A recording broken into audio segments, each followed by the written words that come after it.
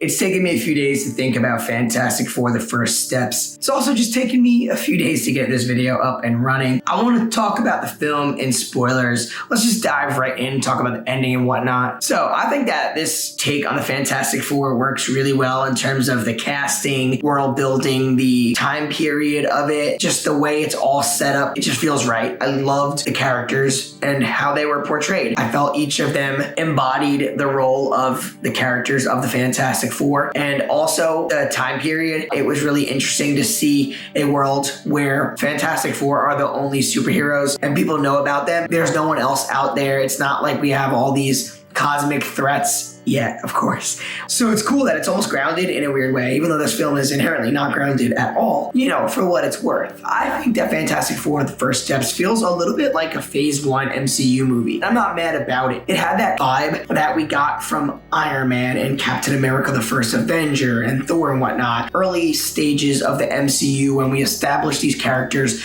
they weren't too connected or at all connected to others. And it was kind of nice, and I liked that a lot. Now, of course, it's 2025. The MCU's already been through all these phases, and we're getting really close to the big Avengers Doomsday event next year. I wanted to know how we were going to get from here to there. And yeah, by the end of this film, we don't quite know it. Now, I have my theories. I've watched some theories on YouTube and read online and whatnot. So, of course, we are going to be in that mystery, and that's very exciting. Fantastic Four ends on a high note where they were able to send Galactus into somewhere, and then it would take him millions of years to find him again. He's gone. He's not defeated necessarily, but he's gone. And Silver Surfer had her little chance of redemption because I guess Johnny Storm really leveled with her and made her realize, like, she doesn't have to be so bad, The world looking like it's all good again, right? Like, we won in a way. I want to know how we're going to see them get to modern day. And I want to know about Dr. Doom. And I wasn't sure. I was wondering if we were going to get Doom in this film at all. We got our mid-credit scene. Pretty exciting, kind of brief, and I don't think that's a bad thing, though I could understand why a lot of people would. They want more, and yeah, it's kind of weird that we really still don't know anything about Dr. Doom. He's there with his mask off, looking at Franklin.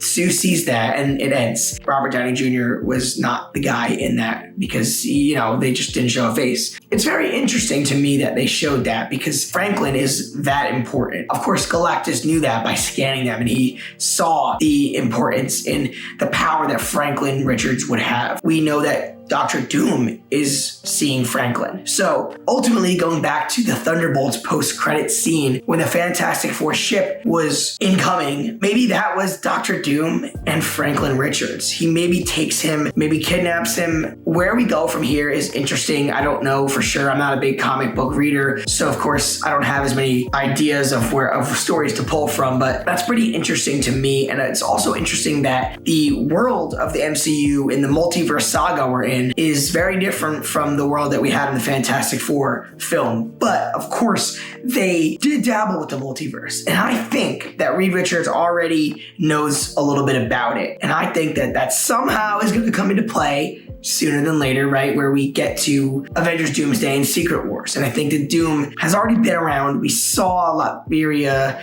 We saw that no one was present in that council meeting. We got hints of that. So clearly, that character exists. And I think there is no Dr. Doom. There's no Victor Von Doom necessarily in the sacred timeline, in our Earth 616. In terms of the film itself, Fantastic Four, yeah, like I mentioned, it feels a little Phase 1 early MCU, and I like that. It's a really enjoyable movie. It's a little short. I felt like it was a little rushed in a way. And I know it's a comic book movie, so I have to not have this argument of like, nah, this couldn't happen. Some of the things that Reed had ideas of, like moving the whole universe, everyone in the world turning off their power. I don't know. That would never work today, but maybe it would have in the 60s. People going underground with the Mole Man and stuff. I don't necessarily buy it, but it's okay. It helped the plot move forward. And also Galactus was awesome. I mean, this is like how Galactus should be based on comic books, not at all like what we've seen in some of the last Fantastic Four movies. This was good. Very menacing, looked awesome. The voice, the power, the size, you know what I'm saying? So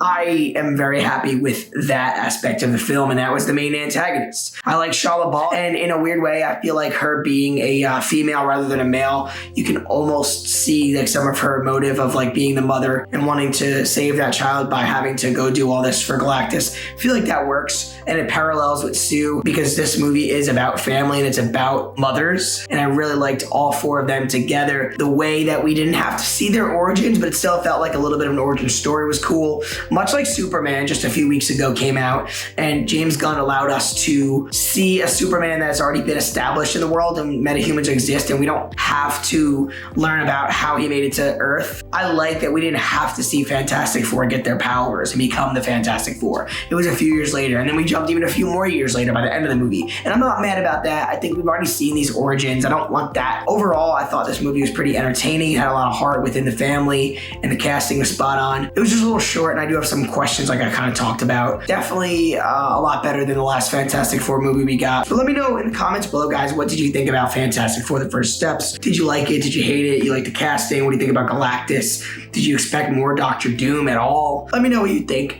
Thanks for watching, guys. I appreciate your time, and I'll see you all in the next video.